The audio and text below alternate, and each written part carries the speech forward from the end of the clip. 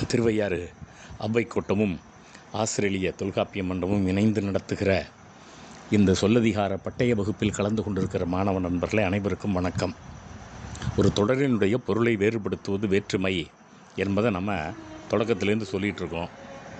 அதில் இந்த இரண்டாவது வேற்றுமை என சொல்லப்படுகிற தொல்காப்பியரால் ஐயன பெயரிய வேற்றுமை கிளவி என குறிப்பிடப்படுகிற அல்லது பிற்கால இலக்கண நூல் ஆசிரியர்கள் செயற்படு பொருள் வேற்றுமை என சொன்னார்களே, அந்த வேற்றுமையை தான் நாம் இப்போது பார்க்க இருக்கிறோம்.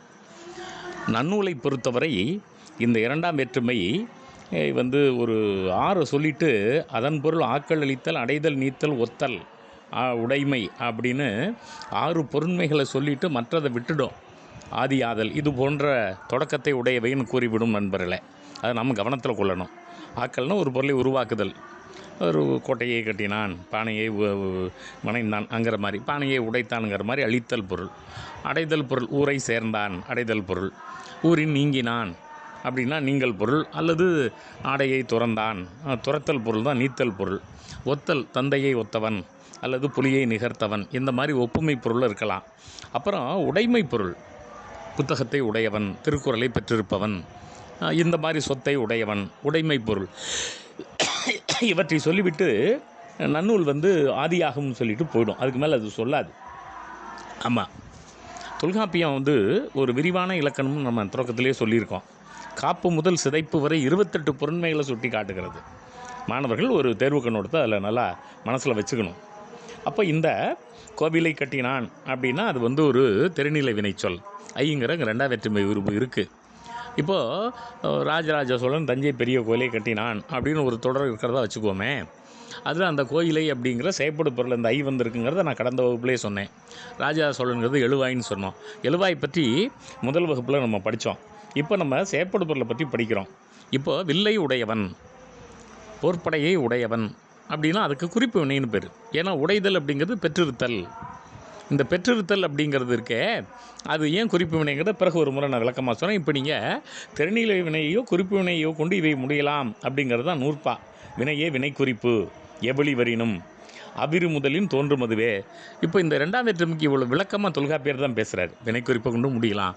அப்போது இந்த காரகாய தேரி என்கிற பெயருக்கும் வினைக்குமான உறவு இங்கே இருக்கிறது நண்பர்களே. இப்போ கோயிலை கட்டினான், வில்லை உடையவன், வில்லுங்கிற பெயர் சொல், பெற்றிருத்தல்ங்கிற அந்த குறிப்பு வினை, கோயிலுங்கிற பெயர் சொல், கட்டினான்கிற வினை, 2க்கு இடையில் ஐயங்கிற இந்த வேற்றுமை உருவு, இதை நம்ம பார்க்குறோம். இப்படி இதன் பொருண்மைகள் மிகச்சிறப்பாக இருக்கின்றன. நீங்கள் இந்த பொருண்மைகள் 28 பொருண்மைகளையும் நாம் கொஞ்சம் நுணுக்கமாக பார்க்குறோம். அதில் சில பொருண்மைகள் நமக்கு வெளிப்படையாக தெரியும், சில பொருண்மைகள் நமக்கு வெளிப்படையாக தெரியாது. இப்போ உதாரணமாக நூலை படித்தான்னா நூல் நமக்கு தெரியுது, இந்த படித்தல்ங்கிற வினை அங்கே இருக்குது. நூலை பெற்றிருந்தான், உடைதல்ங்கிற அந்த குறிப்பு வினை அங்கே இருக்குது, நம்ம அதை பார்த்தோம். இப்போது காப்பு பொருள் அப்படின்னா என்ன அப்படின்னா ஊரை காத்தான். காப்பு அப்படின்னாவே மன்னனுக்கே காவலர்னு பேர். அதனால் வாட்ச்மேன் பொருள் இல்லை, பொருளை காத்தான், எதனாலும் காத்தல் பொருள்.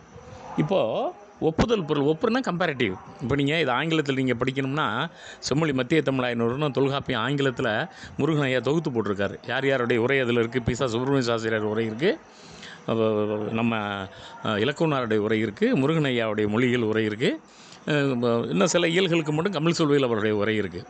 அது அந்த தொகுதி 1000 பக்கம் 2000 ரூபாய்க்கு போட்டிருக்காங்க. வெளியில் வேணால் 15000க்கு போடுவான். நீங்கள் அதை ஆங்கிலத்தின் வழியாக கற்றுக்கணும்னா ஆங்கில மொழிபெயர்ப்பை பார்த்திங்கன்னா இதுக்கெல்லாம் எளிமையான விளக்கம் உங்களுக்கு கிடைக்கும். இப்போ உதாரணமாக ஒப்புன்னா கம்பேர்னு சொன்னோம். ஊர்தி அப்படின்னா இப்போ நம்ம அது ஒரு வினைச்சொல். ஊர்தல் அப்படிங்கிறது தேரை ஊர்ந்தான்னு தான் சொல்லுவாங்க, குதிரையை ஊர்ந்தான்னு தான் சொல்லுவாங்க. அதனால தான் அதை ஊர்தின்னு சொல்கிறோம். இப்போ நான் ஓட்டினான், ஓட்டுநர் அப்படிலாம் சொல்கிறோம். அந்த காலத்தில் அப்படி இல்லை, ஊர்தல்ங்கிற சொல் தான் இருந்துச்சு. இழைத்தல்னாலும் கட்டுதல், உருவாக்குதல்னு அர்த்தம். அதுதான் செய்யப்படுகிற பொருள்னு பார்க்குறோம். கோட்டையை இழைத்தான், ஒரு மாளிகையை இழைத்தான், இழைத்தல்னா கட்டுதல். அப்போ செவ்வியல் காலத்தில் அது என்ன பொருள் இருக்குது அப்படிங்கிறது தான் தொல்காப்பியத்தை படிக்கணும். அதே போல் ஓப்புதல்னு ஒரு சொல் இருக்குது, விரட்டுதல். கிளியை ஓப்பினான், வயலில் கிளி மேய்து, அதை விரட்டுறதுக்கு பேர் ஓப்புதல். கிளியை ஓப்பினான். புகழ்தல் உங்களுக்கு தெரியும், பழித்தல் உங்களுக்கு தெரியும். இவரை புகழ்ந்தான், அவரை பழித்தான் அப்படிங்கிறது. இதில் என்றான்னு ஒரு சொல் இருக்கும் இந்த நூற்பாவில். கற்பின் என்றா, எண்ணின் என்றா, செலவின் என்றா, அந்த மாதிரி சிதைப்பின் என்றான்னு இருக்கும். என்றான்னா அந்த உண்மை எண்ணுண்மைன்னு சொல்லுவோம் பாருங்கள். இப்போ சேரனும் சோழனும் பாண்டியனுங்கிற மாதிரி என்பதும், புகழின் பழியின் என்பதும், கற்பின் என்பதும், எண்ணும் பொருண்மையில் வருகிற ஒரு இடைச்சொல் அது. என்று அப்படிங்கிறது ஒரு இடைச்சொல். அது தனியாக நீங்கள் இடைச்சொல் படிக்கிறப்ப படிப்பீங்க. அது என்றா அந்த ஆகார விகுதி பலவின்பால் விகுதி அங்கே வந்திருக்கு. அது அந்த இடத்துல எண்ணு பொருண்மையை குறிப்பிக்கிற ஒரு இடைச்சொல்லாக நம்ம மனதில் கொள்ளணும். அதே போல் பெறலின்னு ஒரு சொல் இருக்குது. சம்பளத்தை பெறுதல் அல்லது பதவியை பெறுதல். ஆமாம், இழத்தல் உங்களுக்கு தெரியும். ஒரு பொருளை இழத்தல், காதலியை இழத்தல். இப்போ காதலித்தல்னு ஒரு சொல் இருக்குது. வள்ளியை காதலித்தான். யார்? முருகன் வள்ளியை காதலித்தான். அப்போது அதே போல் வெகுளுதல், வெகுண்டான், மன்னன் வெகுண்டான் அப்படின்னு பார்த்தோம்னா அந்த ஐங்கிற வேற்றுமை உருவு அங்கே அந்த அந்த வெகுளி பொருளில் வரலாம் அப்படின்னு பார்க்குறோம். அதாவது இப்போ போர் வீரனை வெகுண்டான் அப்படின்னா, வெகுண்டான்கிறது அந்த பயனிலை. இந்த போர் வீரனை அப்படிங்கிறது வேற்றுமை உருவு, மன்னன்கிறது எழுவாய். அப்போ மன்னன் போர் வீரனை வெகுண்டால் வெகுளி பொருளில் வருகிறது.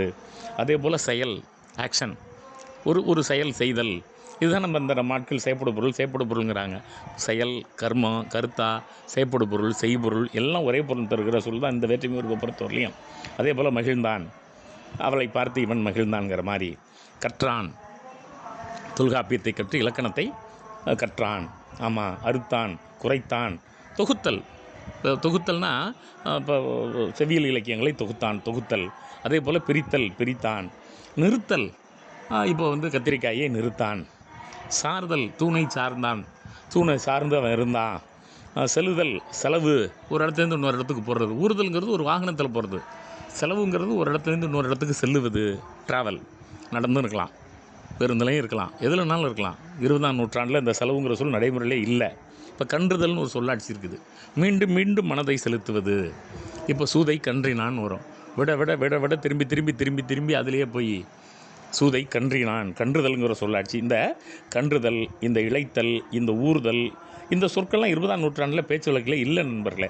நோக்கினான், நோக்கல், நோக்கம், நோக்கும், நோக்கம்னுலாம் வரும். அது நீங்கள் அடுத்ததில் படிப்பீங்க வேற்றுமை மயங்கியல்ல.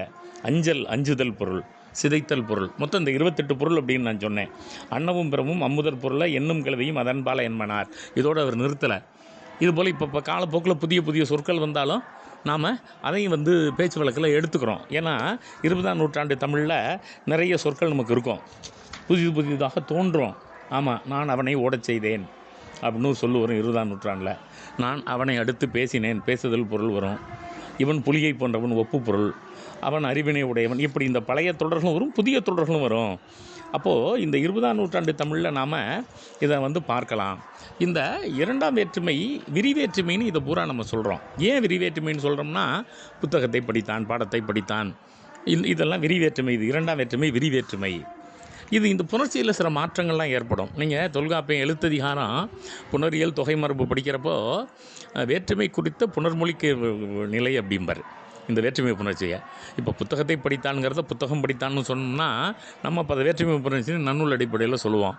தொல்காப்பியர் சொல்லுவார், வேற்றுமையை குறித்த புனர் நிலைமொழி, புணர்ச்சி நிலை பெற்றிருக்கிற மொழி. அந்த கலைச்சொல்லே, அதனால தான் நான் தொல்காப்பிய கலைச்சொல்லே சிறப்பாக இருக்கும்னு அடிக்கடி சொல்கிறது உண்டு நண்பர்களே. அதே போல் இப்போ உருபுமையின் உடன் தகுதி நான் கடந்த வகுப்பில் 20 சொன்னேன். செய்தித்தாள் அப்படின்னா செய்தியை பெற்று சுமந்து வருகிற தாள், செய்தித்தாள். ஆமாம், வானொலி பேச்சு, வானொலியின்கண் பேசுகிற பேச்சுன்னு 7ஆம் வேற்றுமை தொகை இருக்கிற மாதிரி இந்த உருபும்பயன் உடன்தொகை தொகைங்கிற ஒன்று இருக்குது. நம்ம அதை தொகைநிலையும் நுட்பமாக மனதில் கவனிக்கணும். இப்போ தண்ணீரை குடித்தான் அப்படின்னா விரிவேற்றுமை, அங்கே இக்கு போடணும், ஏன்னா ஐ வெளிப்பட்டு வந்திருக்கு. வீட்டை கட்டினான், இக்கு போடணும், ஏன்னா அந்த 2ஆம் வேற்றுமை வெளிப்பட்டு வந்திருக்குது. புத்தகத்தை படித்தான், இப்பு போடணும், ஏன்னா 2ஆம் வேற்றுமையை அங்கே வெளிப்பட்டு வந்திருக்கு. சரி, புத்தகம் படித்தான் போடணுமா? போட வேண்டியதில்லை. இப்போ வேலை செய்தான், இச்சு போடணுமா? போடக்கூடாது. ஏன்னா வேலையை செய்தான்னு 2ஆம் வேற்றுமை வர்றப்போ போடணும், வேற்றுமை தொகையில் மிகாது. இப்போ நீர் குடித்தான் அப்படின்னா இக்கு போடக்கூடாது. ஏன் போடக்கூடாதுன்னா, நீரை குடித்தான் 2ஆம் வேற்றுமை தொகையில் கசத்தப்ப மிகாது.